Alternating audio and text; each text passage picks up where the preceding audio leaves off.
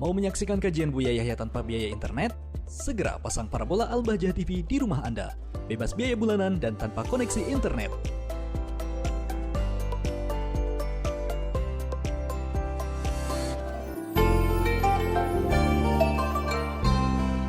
Assalamualaikum warahmatullahi wabarakatuh. Waalaikumsalam warahmatullahi wabarakatuh. Izin bertanya mengenai pembangunan masjid, Bu ya. Kami berlapan diwarisi oleh bapak kami tanah dan sebuah masjid kecil di pinggir jalan. Masjid tersebut hidup dan sering disinggahi oleh umat yang bepergian antar kota dan juga sering didatangi oleh jamaah.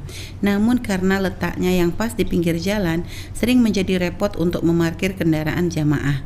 Pertanyaannya, Bu ya, bolehkah kami bangun kembali masjid tersebut dengan menggeser letaknya agar jamaah masjid tersebut dapat memarkir kendaraannya dengan aman?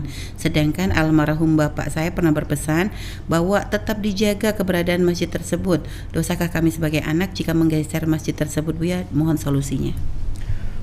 Baik, masjid itu kan berarti kan harus dengan wakaf dong. Ya, Bu. Kalau belum wakaf tidak akan disebut sebagai masjid. Karena syarat disebut masjid adalah dia harus diwakafkan. Sebab kalau tidak diwakafkan nanti akan dijual oleh yang punya. Bahkan disebutkan sesuatu yang dijadikan masjid langsung otomatis jadi wakaf, kan begitu mestinya. Ya, Tapi tidak tahu kalau memang sudah masjid berarti wakaf, dan kalau sudah wakaf tidak bisa digeser kemana, tidak boleh dipindah. Kalau digeser maknanya jika itu lahan-lahan masjid kan semuanya wilayah masjid diperlebar. Kalau menggeser memindah masjid nggak begitu dong. Masjid kok dipindah? Memindah masjid itu adalah yang diperkenankan selain dari mazhab Syafi'i itu pun dengan syarat-syarat. Jadi nggak gampang memindah masjid itu. Syaratnya adalah masjid yang sudah tidak didatangi oleh sesosok manusia dan tidak ada manfaatnya diantaranya. Itu diantaranya diperkenankannya masjid untuk dipindah. Selagi masih. Jadi wilayah tiba-tiba ditinggal oleh orang kampung itu bisa diganti dengan wakaf masjid, pindah ke tempat lain. Itu di antara sebabnya adalah sudah ditinggalkan oleh orang. Kedua adalah syaratnya adalah di tempat yang pasti lebih bermanfaat. Ya, ketiga adalah harus diketahui oleh pihak yang berwajib. Jangan-jangan tempat yang semula dianggap sepi tatanya dalam perencanaan kota bakal jadi rame, nanti kita dibohongi yang punya masjid. Jadi kesimpulannya nggak usahlah gampang pindah masjid. Nah, kalau masalah urusan parkir mungkin Anda bisa mengusahakan membeli tanah yang ada di kiri kanannya untuk dijadikan lahan parkir. Pahalanya sama nanti, makmur masjidnya. Tapi kalau menggeser, biaya Anda menggeser pertama berbenturan dengan urusan syariat, karena sudah jadi wakaf. Nggak tahu kalau maksudnya geser itu adalah diundurin sedikit, ditambah ke belakang dan tanahnya masih wakaf, ya itu sah-sah aja. Yang demikian itu. Jadi bukan dipindah, hanya mungkin terasnya diperlebar, depan diperlebar, kiri kanannya digedekan ke belakang. Kalau terasnya dihilangkan, Bu ya, misalnya bagian depannya dibuang, terus nanti dipanjangin ke belakang begitu, Bu ya, supaya nanti yang mungkin yang awalnya untuk teras dijadikan parkir, begitu boleh tidak, Bu ya? Cuman gini lah ya, biarpun dijadikan parkir, kalau semula sudah ditentukan sebagai masjid, maka hukum kemasjidannya masih tetap ada.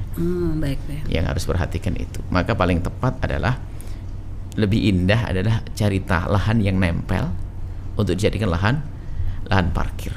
Itu cakep banget itu nanti. Seperti itu. Baik, Bu ya. Kalau Bu ya, misalnya hukum masjid misalnya boleh tidak, Bu ya? Awal masjid ini kan di bagian tentu kan dibangun dari lantai bawah. Jadi dijadikan masjid.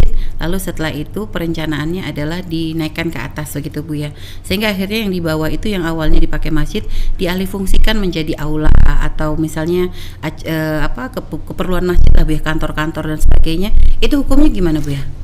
Memang di dalam madhab kita Imam Syafi'i adalah sesuatu yang diwakafkan di bawah itu masjid sampai ke atas adalah masjid semuanya. Semua kan begitu ya ini. Jadi ada yang di bawahnya tentunya akan dihukumi sebagai masjid yang semestinya dia udah boleh. Kalau dari dasarnya dibangun sebagai masjid. Subhanallah, di sana ada peluang dari madhab Imam Abu Hanifah radhiyallahu ta'ala anhu, yaitu kan jadi bisa dipisah yang demikian itu. Di bawah tidak hukumi masjid, sehingga bisa saja ada toilet di bawah, ada macam-macam lah, ada pertokoan bahkan, karena untuk kemakmuran masjid baru yang dibangun masjid adalah yang di atasnya. Ini adalah perbedaan semacam ini adalah kemudahan sebetulnya, tidak perlu kita kaku-kaku. Masih boleh seperti masih itu, ada semacam itu. sahabat Al-Bahjah TV, setelah menyaksikan video ini, jangan lupa bersolawat kepada baginda Nabi Muhammad. Shollu ala Nabi Muhammad. Allahumma sholli alaihi wa ala alihi wa sahbihi. Wassalamualaikum warahmatullahi wabarakatuh.